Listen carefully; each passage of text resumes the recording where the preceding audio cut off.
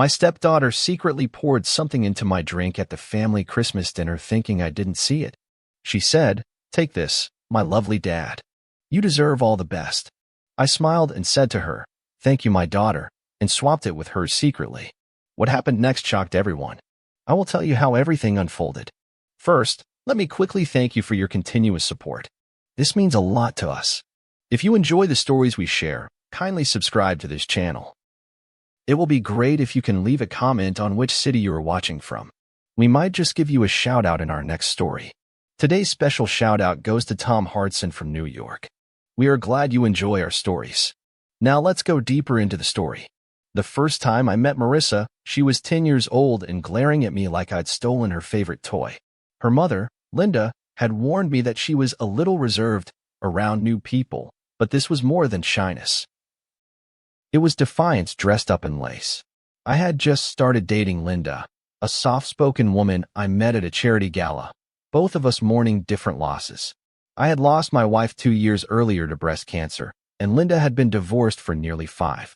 We bonded over grief, middle age, and the strange loneliness that lingers even when you're surrounded by people. When she introduced me to Marissa, I was still learning how to smile again. I wasn't ready for the kind of hostility that came in the form of a child pretending to be polite. I didn't take it personally, at least not at first. Kids resist change. They rebel when their world gets rewritten. I kept showing up, week after week, trying to find a way in. I brought small gifts, helped with homework, even took her and her younger brother to the aquarium. For a while, things seemed to thaw. She'd smile cautiously, like someone testing the strength of thin ice. When Linda and I got married, Marissa stood stiffly in a pale green dress, eyes dry while everyone else cried. She was 16 by then, growing into her mother's beauty but with a sharpness around the eyes that didn't soften with age. I told myself we'd get through it, that love would earn love back. But looking back now, I think I confused endurance with connection. She called me Thomas for years. Not Dad, not even stepdad. Just Thomas, like I was a neighbor who'd overstayed his welcome. Linda urged me to be patient, she'll come around. She's just strong-willed. I nodded along, hiding the sting that came every time her brother, Daniel, wrapped his arms around me and called me Dad without hesitation. I didn't want to force a title on her, but God, I wanted to hear it once. Just once, like she meant it. Instead, I got small nods at dinner and silent treatments during car rides. The more I tried, the more she recoiled. And still, I loved her. Not because she was lovable, but because I made a promise to love her mother, and she came with the deal. Years passed, and our home was a delicate balance of good mornings and tight-lipped dinners. When Marissa turned 20, she moved out, claiming she needed space. I paid her rent for the first year, helped her find a job at a boutique I used to invest in, and when she came by for Sunday dinners, I welcomed her like a prodigal daughter, even when her eyes held no warmth. Linda never saw it the way I did. "She's just independent," she'd say. "She doesn't open up easily." But I'd watch her laugh with her boyfriend, joke with friends, and I knew it wasn't that she couldn't open up. It was that she wouldn't. Not to me. By the time that Christmas rolled around, I had stopped trying to be loved by her. I kept my distance without being cold, gave her space without withdrawing. I had accepted the role she assigned me, an accessory to her mother's life. Still, I insisted on keeping family traditions. Every Christmas Eve, I'd cook the same rosemary lamb, light the fireplace, and lay out matching pajamas on everyone's bed. Marissa would roll her eyes, but she'd show up. And that year, she came earlier than usual, dressed in festive red, with a tray of cookies she claimed to have baked. Linda was thrilled. "See," she whispered to me in the kitchen. "She's coming around." I nodded and smiled, because I didn't want to ruin the illusion. Dinner went smoothly, better than expected. We laughed, toasted, and passed around memories like old photos. Even Marissa joined in, her laughter too loud, her compliments too sweet. Something about it felt rehearsed. Her eyes kept darting toward me, like she was checking to see if I noticed something. And then she did it. Walked over to me with a wine glass in her manicured hand, smiling with all her teeth. "Take this, my lovely dad," she said. "You deserve all the best." It was the first time she had ever called me that. My lovely dad. I should have felt proud. I should have cried. But every hair on my body stood up. I took the glass, heart pounding. I looked at her and smiled, said thank you, and in that moment, something inside me snapped into clarity. I knew. It wasn't just a feeling, it was certainty. Something was wrong. When she turned away, laughing with her brother, I slipped into the kitchen and swapped our glasses. It was fast, quiet, practiced. Years in business had taught me to be discreet. I returned to the living room, raised the glass she poured for herself, and made a toast. To family, I said, for better or worse. She drank. So did everyone else. And for the next hour, I sat there pretending everything was normal, my eyes never leaving hers. At first, nothing happened. Then her hand trembled. She laughed, brushed it off. Her face turned pale, and she staggered slightly. Linda noticed first, rushing to her side. And then Marissa collapsed. In the chaos that followed, I stood there frozen, glass still in my hand. I watched my stepdaughter convulse on the floor, her mother screaming for an ambulance. And even then, I didn't say a word. Because I already knew. Somewhere deep in my bones, I had known long before the wine. That smile she wore wasn't mine. It never had been. I didn't sleep that night. After the ambulance doors slammed shut and the sirens faded into the cold December air, I found myself alone in the living room, still wearing my Christmas sweater, the one with a stitched reindeer that Linda had picked out for me years ago. The fire had died down to embers. Wrapping paper and wine glasses littered the floor like artifacts from a celebration gone terribly wrong. My hands trembled, not from guilt, not even from fear, but from the overwhelming weight of what I had just prevented. The moment I switched the glasses, I had changed the course of my life and hers. I sat in the dark, the scent of rosemary and peppermint lingering in the air, and asked myself a question I never thought I'd have to. What kind of daughter tries to kill her stepfather over a bottle of wine? The emergency room was bright, sterile, and cold when I arrived just after midnight. I hadn't planned on going. I thought about letting Linda handle it, staying back in that haunted house. But something told me I needed to see this through. I needed to see her face. When I walked in, Linda was pacing the hallway like a ghost in silk, her mascara smeared, her phone clutched tightly in her hand. She's stable, she said without looking at me. They pumped her stomach. They think it was accidental, some kind of reaction to something she ate. I nodded, pretending to believe it. I said nothing about the switch, nothing about the wine. Not yet. I needed her to say it first. I needed confirmation that I wasn't losing my mind. They allowed one visitor at a time. Linda went in first, and I waited, watching the second hand tick its way around the clock on the wall. Each tick felt like a countdown to something I couldn't name. When it was finally my turn, I walked in and saw her, Marissa, pale, sweaty, her hair clinging to her face. She looked so small in that hospital bed, stripped of her armor. No designer clothes, no cutting remarks. Just a 22-year-old woman with 4 tubes and a racing heart. For a brief second, something inside me softened. I thought of the girl who used to paint her nails with her little brother, who once shyly asked me to check her math homework. But then she looked at me, and I saw it, recognition. Panic. You were supposed to drink it, she whispered, barely audible. Her eyes darted to the door. You were supposed to. Why didn't you? Her voice broke, and I took a step closer, more curious than angry. Why? I asked. Simple. Direct. I needed the truth like I needed air. She shut her eyes, but the tears leaked out anyway. I didn't mean to hurt anyone else. Just you. Her words hit like cold steel. No hesitation. No remorse. Just resignation. I thought if you were gone, Mom would be free. We'd get everything early. She doesn't need a mansion or your money, but I could have built something. Started over. You were in the way. I stood there in silence, a numb sort of clarity washing over me. This wasn't some crime of passion. This was an impulsive rage. It was strategy. A plan. A means to an end. I wanted to scream, to rage, to shake the bed until she understood what she'd just done to all of us. But instead, I just stared. She looked away first. When the police showed up, summoned quietly by the hospital staff who had flagged the poisoning, I gave my statement. I told them about the drink, about the switch, about the toast she made. They didn't believe it at first. Do you have proof? One officer asked, doubt creeping into his voice. I didn't blame him. The story sounded insane.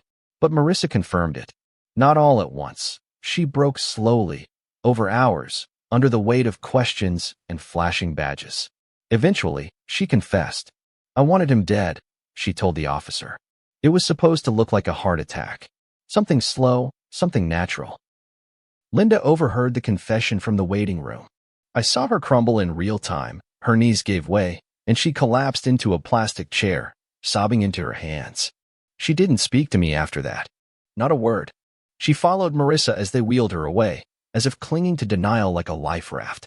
I watched her disappear down the hallway, her body shaking with grief. And I stood there, rooted, suddenly aware that nothing in my life would ever return to what it was. When I got home that morning, the sun was just beginning to rise, casting an eerie golden hue on the snow-covered lawn. The Christmas lights were still blinking stubbornly, like they hadn't gotten the memo. I turned them off. The silence of the house felt heavier than ever.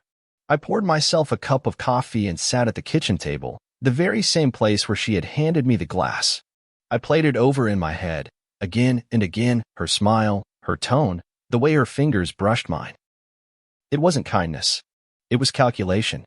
There's something unnerving about realizing how close you came to death, especially at the hands of someone you once considered family. It made me question everything. Every conversation, every glance, every small gesture from Marissa in the past few years. Had it all been an act? Was this a long game? I'd like to believe she wrestled with her conscience, that she hesitated, that some part of her regretted what she did. But deep down, I knew better. There was no trembling hand when she passed me that drink. No flicker of guilt in her voice. She wasn't unsure. She was prepared. The news spread quickly, as it always does in families. Cousins started calling. My brother asked if I needed to stay with him. A friend offered to send someone to handle it quietly, an old favor from our business days, back when threats came in numbers, not wine glasses. I declined them all. I wasn't afraid of Marissa anymore. I was afraid of what her betrayal would do to Linda, because in a way, it had poisoned more than just a glass.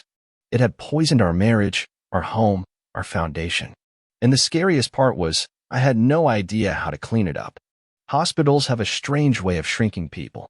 You walk in tall, proud, full of purpose, and somewhere between the beige walls and the antiseptic air, you lose a part of yourself. I had spent only a handful of hours in that emergency room, but by the time Marissa was moved to a private room and the police finished their preliminary questions, I felt 10 years older. Everything around me slowed to a hush, like the world was holding its breath. Linda still hadn't said anything to me. She sat in a corner, arms wrapped around herself, eyes fixed on a spot on the floor like if she stared hard enough, the last 12 hours would rewind. I wanted to speak. I wanted to reach out and remind her who I was, that I hadn't asked for any of this. But every time I opened my mouth, the image of Marissa collapsing replayed in my mind, and the words died on my tongue. The detective came back mid-morning, his tie loosened and a coffee stain on his collar. He looked tired, not just from the case, but from the weight of having to tell families that monsters don't always come from outside. She's cooperating, he said, voice low. Says she didn't mean to hurt anyone else, just you. Says it wasn't personal, she just wanted her life back. I laughed. Not because it was funny, but because the absurdity of it finally pushed something loose in me. Not personal? She'd lived under my roof, eaten my food, let me walk her down the aisle at her high school graduation because her real father couldn't be bothered. She'd taken my help, my patience, my years, and decided I was in her way. The detective asked if I wanted to press full charges. I blinked. Is that a question? I asked, and he raised his brows. Well, you're her legal stepfather. You're the only victim, technically. If you wanted to keep it from going to court, I stopped him there. She tried to murder me, I said. Not argue. Not rebel. Murder. No, I won't be quiet about it. He nodded, scribbled in his notepad, and left me alone with the weight of what I just said. For the first time since Christmas dinner, I felt rage, not the cold, observational kind, but the searing, gut-deep fury that comes when someone you loved stabs you from behind. And suddenly, I wasn't the composed businessman anymore. I was just a man trying to understand how the child he helped raise decided he needed to die. Linda finally looked at me that afternoon.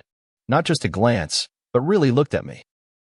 Her eyes were bloodshot, her face pale, and I could see the exact moment the line had been drawn between us. You didn't have to say anything, she whispered. We could have handled this privately. Quietly. I blinked at her, stunned. You wanted me to keep quiet? After she tried to kill me? She winced at the word. Kill. It was too sharp, too real. She's my daughter, she said. And you're my husband. I laughed again, this time bitterly. Then where was the doubt, Linda? When she confessed, where was your instinct to protect me? To even ask if I was okay? Her lip trembled, and for a second, I thought I saw regret. But then she turned away.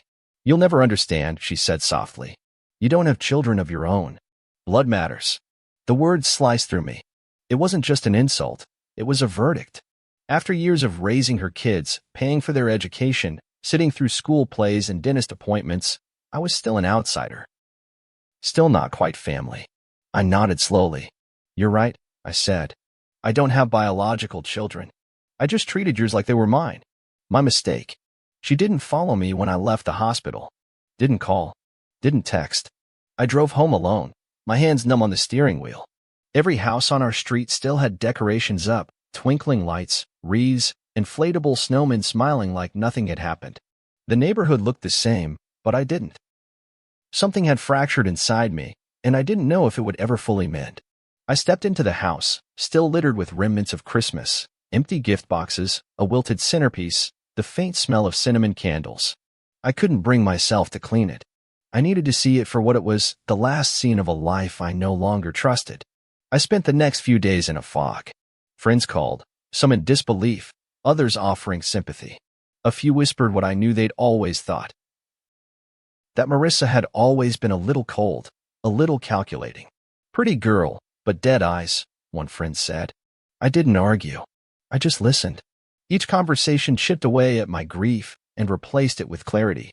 I began to realize I hadn't just been betrayed, I'd been groomed for it. Slowly, subtly, by a girl who knew exactly how to mask disdain as distance, resentment as independence.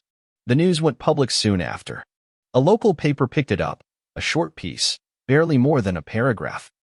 Young woman arrested for attempted poisoning of stepfather during holiday dinner. It sounded like a tabloid headline, a dark joke. But it was real, and I was living it. I braced myself for the fallout, for the inevitable division of loyalties. It didn't take long. Daniel called me in tears, swearing he had no idea, apologizing over and over. I believed him. He was just a boy when I married Linda, and he had always been kind, thoughtful, deeply empathetic. But he was her brother. And I knew the distance was coming. The slow drift away. The torn loyalty. By the end of the week, Linda moved in with her sister. She left without saying goodbye. I found her wedding ring on the bathroom sink, tucked neatly in a dish like a closing statement. No note. No apology. Just a quiet withdrawal. I wanted to scream, to smash something. But I didn't. Instead, I sat in the living room, looking at the empty spot where Marissa had collapsed, and tried to understand how love had curdled into something so deadly. And then I realized I didn't need to understand it. I just needed to survive it. The day they arrested her formally, I was in the garden pruning the rose bushes. It was something Linda had loved, a small act of domestic ritual that once brought her joy. She used to come out with lemonade in the summer, her sun hat lopsided, and remind me not to cut too much. Let them bloom first, she'd say, cupping the petals like they were glass. I hadn't touched them since Christmas. But that morning, I needed something to do with my hands. I clipped and trimmed, not caring where the thorns bit me, until I heard the crunch of tires on gravel. Two officers stepped out, one holding a folder, the other wearing an expression too stiff to be casual. I knew before they spoke. I wiped my hands on my jeans, stood upright, and nodded as they told me it was time. Marissa was being transferred to the county jail. No more hospital gowns. No more special care. She was being processed, printed, and locked away pending trial. The charges were official now. Attempted murder. Premeditated. Felony poisoning. The words echoed in my head like a foreign language. It felt distant, clinical, like something that belonged in a news headline, not my life. I asked if Linda was there. The younger officer hesitated. She was present, he said carefully. Didn't say much. Just watched. I imagined her standing by, silent, as her daughter was handcuffed. I wondered if she cried. I hoped she did. But a part of me feared she hadn't. Because when people make peace with the unthinkable, they stop crying. That evening, the calls began. Not from Linda, but from the orbit around her, her sister, her friends, Mutual acquaintances who once smiled in my kitchen and now didn't know what to believe. There must be more to the story, one said. She always seemed like such a sweet girl. Another asked, are you sure this wasn't just a cry for help? A cry for help? With poison? I held my tongue as long as I could, but on the third call, I snapped. She looked me in the eye when she handed me that drink. I said coldly. She called me her lovely dad, and she meant for that to be the last thing I ever heard. The line went quiet. I'm sorry, the voice said, but it didn't matter anymore. Sorry wouldn't fix the rot that had hollowed out my home. Neighbors began whispering. I could feel it, the sideways glances, the uncomfortable pauses when I walked into the local cafe. I had become a curiosity, a man whose stepdaughter tried to kill him. Some treated me with pity, others with suspicion. That was the hardest part. Not the betrayal, not even the loneliness, but the quiet implication that maybe I had done something to deserve it.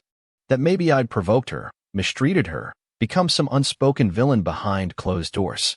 No one wanted to believe that a daughter, no matter the prefix, could turn on her family for money alone. But she had. And worse, she didn't regret it. Her lawyer tried to reach out through mutual contacts. He floated a deal. If I retracted parts of my statement or agreed to testify that I believed she was mentally unstable, they could work out a lighter sentence. She's young, the message said. One mistake shouldn't define her life. I didn't reply. Not out of anger, but because the absurdity of it defied logic. This wasn't one mistake. This was a premeditated, deliberate attempt to end mine. And now she wanted mercy. I thought about mercy a lot that week. I wondered if I was capable of it, if I should be. But every time I tried to entertain the idea, I pictured her face as she said, "You deserve all the best." I began boxing up her things a few days later. Not out of spite, but necessity. Her room still smelled like her, floral perfume and coconut shampoo. Her vanity was cluttered with earrings, notes, half-used lotions. I opened drawers filled with journals and notebooks. At first, I didn't read them. I told myself it was private. But curiosity is a persistent thing, especially when you're trying to make sense of madness. What I found gutted me. Pages and pages filled with resentment, toward me, toward Linda, even toward Daniel. He always gets attention just for being nice. I have to fight for everything. Another entry, he acts like he owns us. Like we're lucky to live under his roof. Someday I'll take it all from him, and no one will see it coming. I sat on her bed for hours with those journals in my lap, numb. It wasn't a momentary lapse. This had been growing, festering, and I had missed every sign. Or worse, I'd seen them and chosen not to believe.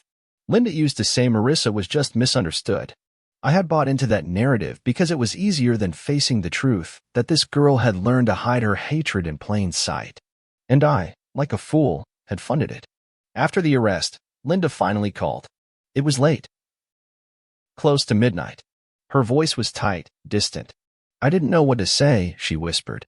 I stayed quiet. She's not who I thought she was, she added, as though that was some sort of redemption. I let her speak. Let her fill the silence with excuses disguised as grief.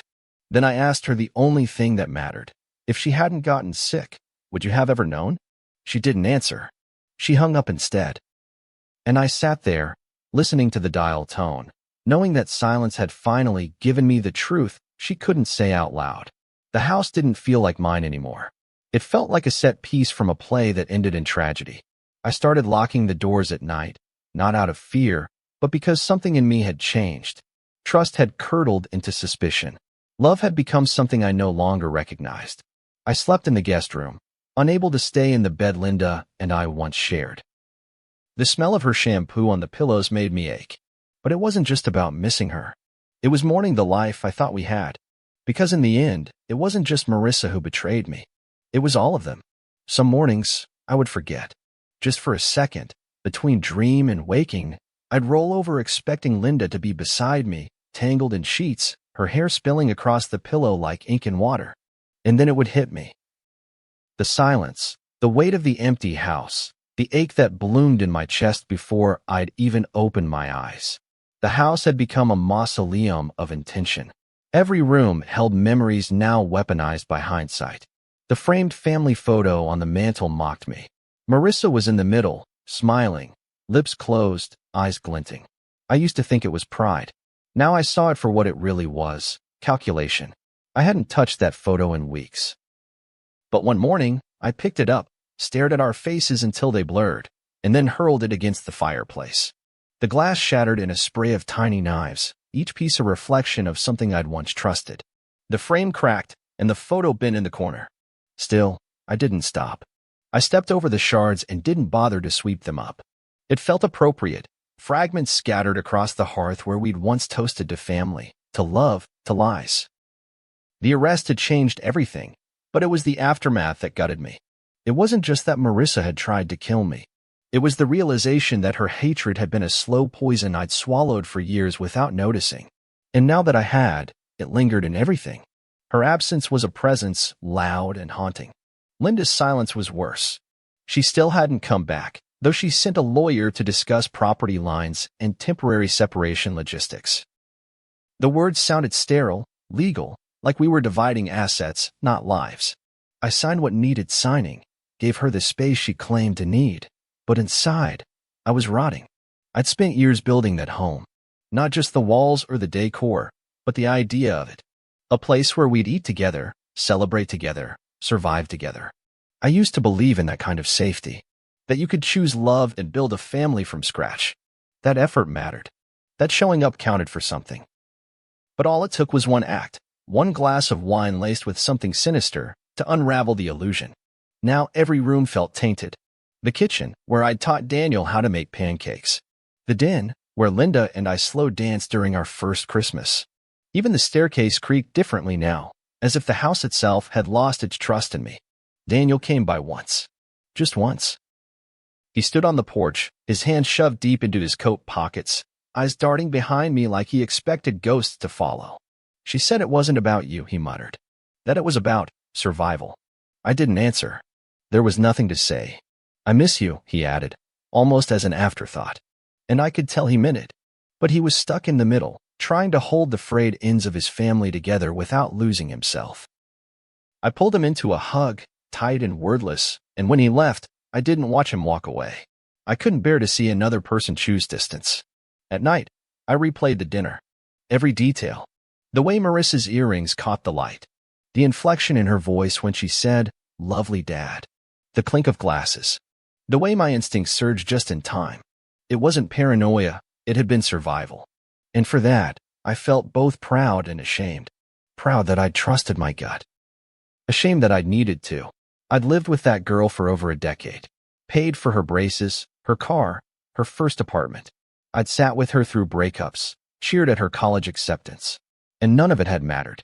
Because somewhere along the way, I had become a barrier, not a father. The press didn't help. Once the story spread, I became a spectacle.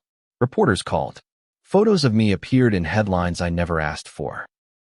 Local man survives poisoning attempt by stepdaughter, one article read, as if I were a character in a drama instead of a man trying to rebuild his life. I started shopping at different stores, taking early walks to avoid neighbors, turning down invitations. Isolation crept in like fog, slow, invasive, and difficult to explain. It wasn't just embarrassment. It was grief. The kind that doesn't announce itself, but gnaws at the inside like termites in old wood. I found her shoes one morning. Marissa's, the pair she wore to my retirement dinner. Burgundy velvet heels with tiny gold clasps. They were tucked in the back of the hall closet, almost hidden. I stared at them for a long time. Then, with a shaky breath, I placed them in a box with the rest of her belongings. Every necklace, every scarf, every photograph where her smile now looked like a dare. I drove the box to a donation center, but couldn't bring myself to hand it over. Instead, I sat in the parking lot for an hour, hands gripping the wheel, until I finally drove back home and shoved it into the attic. Maybe someday I'd be able to let go, but not yet. Not while everything was still so raw. Sleep became a negotiation. My mind wouldn't quiet. I took to keeping the TV on, letting the murmur of late-night documentaries distract me from my thoughts. But even then, the dreams came. Dreams where she smiled at me, poured me another drink, whispered sweet nothings while slipping a needle into my back. I'd wake up sweating, clutching the sheets like a lifeline. There's something uniquely cruel about being haunted by someone who's still alive. Eventually, I started therapy. Not because I believed in it, but because I had nowhere else to turn.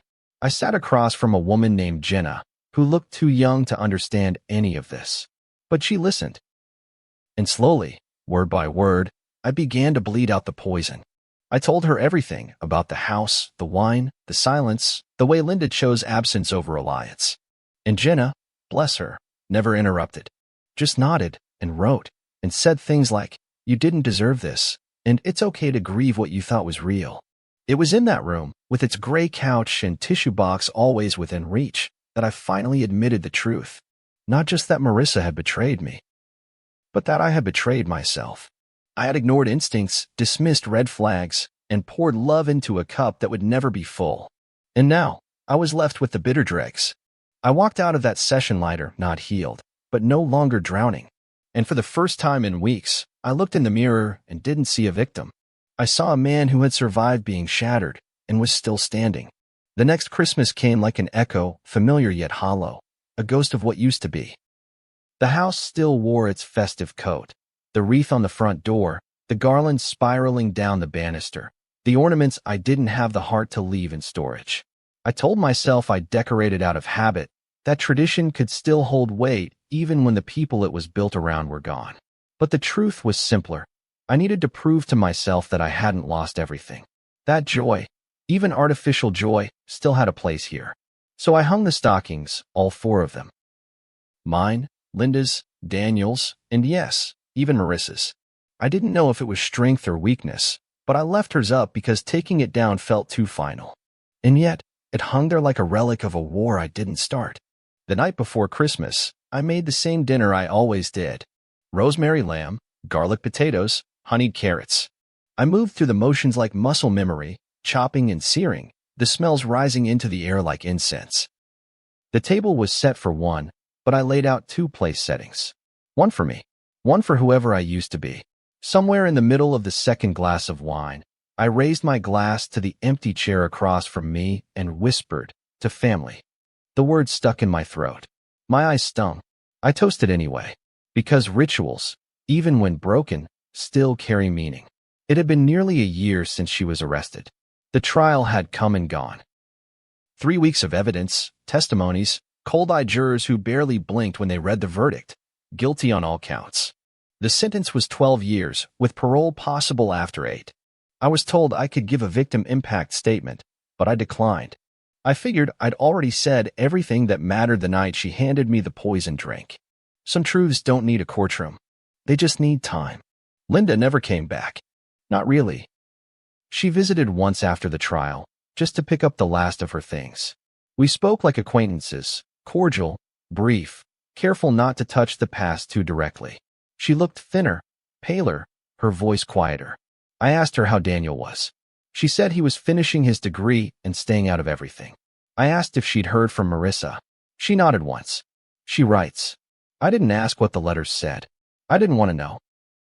We stood in the hallway for a minute too long, 2 people surrounded by years of shared life now boxed up and labeled for moving. She looked around the house like it had betrayed her too, and then she left. I haven't seen her since. People still talk, of course. Some admire me, call me strong. Others whisper behind their hands, dissecting what I must have done to provoke such a thing. I ignore them all. Strength isn't about enduring betrayal. It's about what you do with the pieces. I could have sold the house, started fresh somewhere else. But I stayed. Not out of stubbornness, but reclamation. This place, this life, was mine before it was hijacked by deceit. I wouldn't let her take that from me too. So I fixed the broken photo frame, filled the silence with new routines, and began inviting over people who had nothing to do with the past. Friends from my youth. Neighbors I barely knew. It wasn't about forgetting. It was about choosing who got to sit at my table now. I visited Marissa once in prison. Just once. I didn't go out of vengeance or closure. I went because I needed to see the face of the person who had almost ended me. She sat across the scratched plastic table, hair shorter, eyes harder. She didn't look surprised. Why'd you come? She asked, flatly. I told her the truth. I needed to look at you and feel nothing. She tilted her head, smirked like she used to when she thought she had the upper hand. And do you? I paused, thought about it. Not quite, I said, but I'm getting close. She didn't apologize. I didn't expect her to. We sat in silence until the guard tapped his watch. As I stood, she said, "You were always too soft." I smiled, cold and small. "And you mistook that for weakness." I walked out of that facility lighter. Not because I forgave her, God, no, but because I'd spoken my truth without asking for hers. That was the final gift I gave her. No more chances. No more explanations. Just distance as wide and permanent as prison bars. Now, when people ask what happened, I tell them the truth. Not the sanitized version, not the headline. I say, someone I love tried to kill me. I survived. Most don't know what to say after that. Some try to comfort me. Others recoil. But I don't tell it for them. I tell it for myself. Because saying it out loud keeps the shame from festering. And because surviving deserves to be named. This Christmas, I poured a glass of wine and set it on the table beside mine. Not for her, but for me. For the man who didn't drink it. For the man who trusted his instincts. For the man who survived the most painful kind of betrayal and chose not to become bitter. I didn't drink the wine. I just looked at it.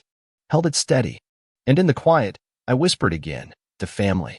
Not the one I lost, but the one I'm building, one truth at a time. And yes, I still toasted her. Because I had loved her. Because she had failed. Because I didn't.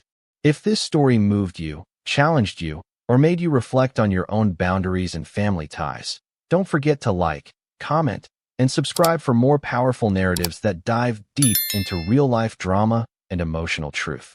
Your support helps bring these stories to life and reach others who need to hear them. See you soon in the next story.